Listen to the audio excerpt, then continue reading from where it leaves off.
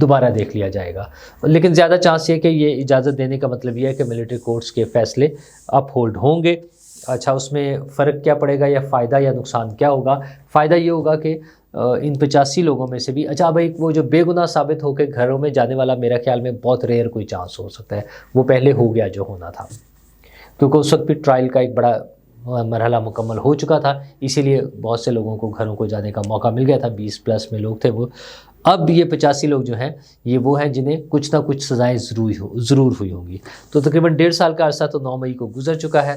ممکن ہے کہ مستقبل قریب میں ان میں سے کچھ لوگوں کی سزاؤں کا دورانیہ مکمل ہو جائے اور وہ اپنے گھروں کو جا سکے اور باقی لوگوں کو لمبی سزائیں مل جائیں گی. اگرچہ حکومت کی طرف سے اعلان ہو چکا ہے کہ یہ سزائیں بہت طویل نہیں ہوں گی، 8-10 سال شاید اس کے آس پاس کچھ نمبرز ہیں اس میں ہوں گی. کچھ لوگوں کا خیال ہے کہ عمران خان کو بھی شاید ملٹری کورٹ میں ٹرائل کیا جائے، لیکن مجھے نہیں لگتا کہ انہیں ملٹری کورٹ میں ٹرائل کیا جائے گا، کیونکہ ملٹری کورٹ میں سزائیں بہت کم ہیں. تو ہم جو ہماری روایتی عدالتیں ہیں جس میں دہشت گردی کی عدالتیں بھی ہیں، اینٹی ٹیررسٹ کورٹس ہیں یا اسپیشل عدالتیں بنا کے، میرا خیال ہے عمران خان کی قسمت کا فیصلہ وہاں پر ہوگا. جیسے 190 ملین پاؤنڈ کا ہو رہا ہے، جس میں آپ کو بتا رہا ہوں کہ 12 یا 14 سال کی سزا، اتنی سزا بنتی ہے ان کی قانونی ماہرین کے مطابق. اور وہ قانونی ماہرین جو اس کیس کو بڑا کلوزلی واچ کر رہے تھے ہیئرنگ سمیت ساری چیزوں میں نا، ان کا خیال یہ تھا کہ سزا ان کی بنتی ہے جینونلی. ہاں وہ اور بات ہی، بہت سے لوگ عمران خان کی محبت میں گرفتار، اور ان کا خیال یہ تھا کہ نہیں سزا نہیں دینی چاہیے، بنتی ہے لیکن دینی نہیں چاہیے. تو خیر چلیں، یہ ان کی محبتیں اپنی جگہ، بٹ قانون نے بھی اپنا راستہ بنانا ہے، اور میرا خیال ہے اب یہ سزا ہو جائے گی. یہ محبتیں جو ہیں نا، محبتوں سے تو پھر وہ یاد آتا ہے مجھے آج کا پھر منصور علی شاہ صاحب کا خط جو انہوں نے لکھا ہے کہ جناب یہ 26ویں آئین، اصل میں نا وہ انہیں لگتا ہے 26ویں آئینی ترمیم نہیں ہونی چاہیے. اچھا کمال یہ ہے کہ وہ جج ہیں، سپریم کورٹ کے جج ہیں، اور آئینی ترمیم ہو چکی ہے اور وہ اس کو ماننے سے انکاری ہیں. اچھا جب تک اس پر کوئی فیصلہ نہیں ہو جاتا یا اس کا کوئی سٹے نہیں ہو جاتا، تب تک کے لیے وہ آئینی ترمیم کے طور پہ وہ آئین ہے اب. اور منصور علی شاہ صاحب اعلیٰ عدالت کے سپریم کورٹ کے جج ہوتے ہوئے بھی وہ ایسا رویہ اپنائے ہوئے ہیں کہ جیسے وہ اس ترمیم کو مانتے ہی نہیں ہیں. ان آئینی ترمیم کیا، آئین کے ان شقوں کو نہیں مانتے. ترمیم کا مطلب اب وہ آئینی شقیں ہو گئے نا، آئین کا حصہ ہو گیا، آئین کے اس حصے کو وہ ماننے کو تیار نہیں ہے. اور اب ان کا آبجیکشن یہ ہے کہ اس سے ایگزیکٹو کا پلہ بھاری ہو گیا ہے. اور ایگزیکٹو کیا، پارلیمنٹ کا پلہ بھاری ہو گیا. اچھا ویسے دنیا کے بہت سارے ممالک ہیں جہاں پارلیمنٹ کے ذریعے ہی تعیناتی ہوتی ہے، اور اس میں انہیں فکر یہ ہے کہ ایسے ججز آ جائیں گے جن کا کوئی فیصلہ ٹھیک نہیں ہو سکتا، یا میرٹ پر نہ ہو، یا وہ لوگ میرٹ پہ نہ ہو. تو پہلے والے جو کیا کمال جو ہیرے ہم نے چنے ہوئے ہیں، وہ جو بیٹھ کے گڈ ٹو سی یو سناتے تھے ہمیں، اور جن کی آڈیوز ویڈیوز، پیسے لینے کی ویڈیوز، پھر 2 تو بھاگ گئے نا ابھی کچھ عرصہ پہلے، جس طرح سے بھاگے ہیں. اچھا پھر بندیال صاحب نے جس طرح زبردستی، وہ کہتے ہیں نا گردن پہ انگوٹھا رکھ کے، گلے پر کیا سنگی پہ کہتے ہیں لفظ شاید، وہ انگوٹھا رکھ کے جس طرح سے بنوائے ہیں، جو پھر اعظم نذیر تارڑ صاحب نے بھی ذکر کیا، اور اس طرح سے وہ باتیں ہوئی ہیں. تو یہ ان کا خیال ہے منصور علی شاہ صاحب کا کہ وہ طریقہ زیادہ اچھا تھا، اور ان کو لگتا ہے کہ پارلیمنٹ کے ذریعے جو ہو رہا ہے وہ شاید ٹھیک نہیں ہوگا. ایگزیکٹو کے ذریعے جو ہوگا، پارلیمنٹ کے لوگ ہیں نا اصل میں تو اس میں، تو وہ انہیں لگتا ہے کہ وہ ٹھیک نہیں ہے. بہرحال یہ ان کی سوچ ہے، لیکن میرے خیال میں اب معاملات ان کے ہاتھ سے نکل گیا، ان کے کنٹرول سے. لیکن وہ بار بار کوشش کرتے ہیں کوئی نہ کوئی خط لکھنا، کوئی ایسی کوشش کرنا. لیکن بہرحال اب یہ معاملات آگے چل رہے ہیں، اور یہ تو معاملات چل ہی رہے ہیں، لیکن دوسری طرف پی ٹی آئی کے معاملات کسی حد تک رکے بھی ہوئے ہیں. رکے کیا ہوئے بلکہ، یا یوں کہہ لیں رکے ہوئے، یا یوں کہ دوڑ لگی ہوئی ہے. دوڑ ایسے لگی ہے کہ ایک فیصلہ، بلکہ ایک فیصلے کی اناؤنسمنٹ، بلکہ فیصلے کی بھی نہیں، ایک اناؤنسمنٹ کہ فیض حمید پر فرد جرم کا مرحلہ آ گیا ہے، ٹرائل ہونے لگا، فرد جرم لگا کر اور ٹرائل ہونے لگا. اور وہ جو محاورتاً کہتے ہیں نا کہ محاورتاً ماں مر جانے والا بات، تو وہ والا محاورہ لگتا ہے پورا ہو گیا. میں نے شاید پہلے بھی یہ بات کی تھی.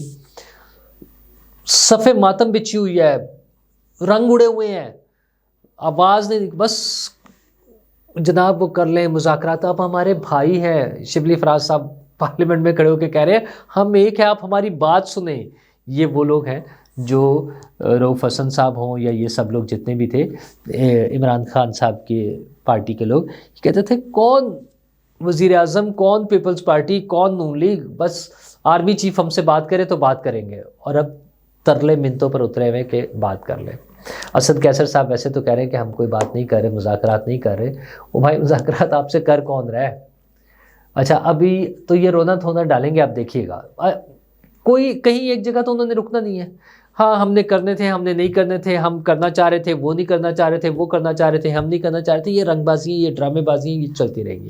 ابھی ان کی تھوڑی سی جو امید ہے وہ ٹرمپ والی باقی ہے، یا وہ گولڈ سمتھ چینل جو ہے نا برطانیہ سے جو ہو رہا ہے، وہ ان کو تھوڑی سی امیدیں باقی ہیں، لیکن پاکستان میں فیض حمید کا سن کر ان کی کانپیں ٹانگ گئی ہے۔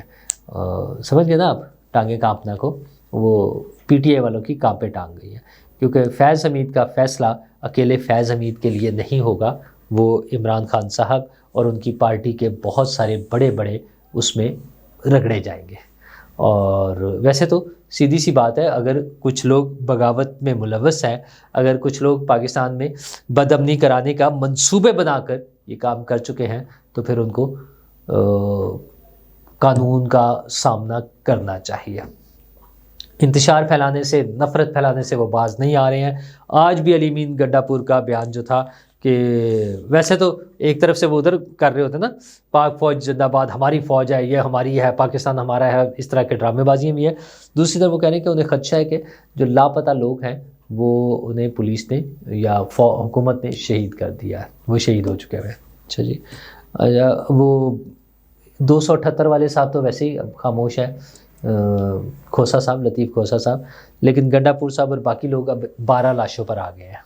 اچھا ایک بات مجھے سمجھ نہیں آتی کہ جو انہوں نے 1 کروڑ روپے کی اناؤنسمنٹ کی تھی شہداء کے لیے، وہ صرف ابھی تک ایک فیملی کو دی ہے۔ بشرا بی گئی تھی، یہ الگ سوال ہے کہ وہ کس حیثیت میں جا رہی ہیں، لیکن چلے ٹھیک ہے، وہ گئی تھی، گھریلو خاتون ہے نا، آپ کو پتہ ہے ان کا سیاست سے کوئی تعلق نہیں، یہ وہ کلیم کرتے ہیں۔ وہ اور بات ہے کہ وہ کھڑے ہو کر نعرے لگائے اور وہ سب کچھ جو کرنے والا معاملہ تھا، لوگوں کو لے کر ساتھ چلنے والا اور نفرت پھیلانے والا اور ہنگامہ آرائی کرانے والا، اس میں شام پیش تھیں، لیڈ کر رہی تھی اس کو، ویسے کہنے کے لیے وہ گھریلو خاتون ہے، اور وہ 1 کروڑ روپے کا چیک دینے بھی چلی گئی تھی۔ مجھے سمجھ نہیں آتی کہ پھر 12 فیملیز اگر ہیں کے پی میں، اور وہ بار بار ان کے بڑے بڑے لیڈرز کہتے ہیں 12 تو کنفرم ہے شہادتیں، تو باقی 11 کو بھی جا کے چیک دے دیں، ذرا لوگوں کو پتہ تو چلے کہاں ہیں۔ اور وہ علیمہ خان صاحبہ اور سب نے یہ جو باہر سے بھی، پاکستان سے باہر سے چندہ جمع کر رہے ہیں شہداء کے لیے اور زخمیوں کے لیے، وہ ذرا دکھائیں۔ کے پی میں کیا پریشانی ہے بھائی، وہاں تو کم از کم جا کے چیک بانٹیں، پتہ تو چلے لوگوں کو کہ کون ہے۔ لیکن وہ کہتے ہیں شرم تم کو مگر نہیں آتی۔ ہاں جھوٹے پروپیگنڈا میں ان کا کوئی ثانی نہیں ہے، بلکہ اب تو ایک جو انتہائی افسوسناک امر ہے وہ یہ ہے کہ شام میں جو واقعات ہوئے ہیں، وہاں پہ جیلوں میں بند قیدیوں کی جو بری حالت کی جو تصویریں اور ویڈیوز آ رہی ہیں، وہ اس کو بھی فوٹو شاپ کر کے، تبدیل کر کے، جعلی ویڈیو کے طور پہ پاکستان میں ہونے والے پی ٹی آئی کے اوپر ہونے والے مظالم کے طور پہ پیش کرنے کی کوشش ہو رہی ہے۔ اچھا، اور کوئی بعید نہیں ہے، اس طرح کی کیا کیا چیزیں وہ کریں گے، اور آپ یقین مانیں پی ٹی آئی کے جو حامی ہیں وہ اس کو اٹھا کے سروں پر اٹھا کر پھریں گے دکھاتے ہوئے لوگوں کو، یہ سوچے بغیر کہ یہ بھی آج چند دنوں میں ہی تو ہم نے دیکھی ہیں، اور لوگ پکڑ لیں گے جب وہ کئی سال پرانی ویڈیوز چلا سکتے ہیں، تو ان کا یہ تو ان کا مسئلہ ہی کوئی نہیں ہے۔ پی ٹی آئی والوں کو تو شرم نہیں آنی اس حوالے سے، کوئی بھی 2 نمبری کرتے ہوئے کام پھر حکومت کی سائڈ پر آئے گا کہ اپنے سائبر ونگز کو اور باقی جو بھی سیکیورٹی کے انسٹرومنٹس ہیں یا آرگنائزیشنز ہیں ود گیجٹس اور ود سسٹمز، وہ الرٹ رہیں اور نفرت پھیلانے کے اور فیک نیوز پھیلانے کے اس عمل کو روکنے کے لیے جو کوشش ہو سکتی ہے کریں، کیونکہ ہمیں ایک مستحکم، پرامن اور خوشحال پاکستان چاہیے۔ شکریہ۔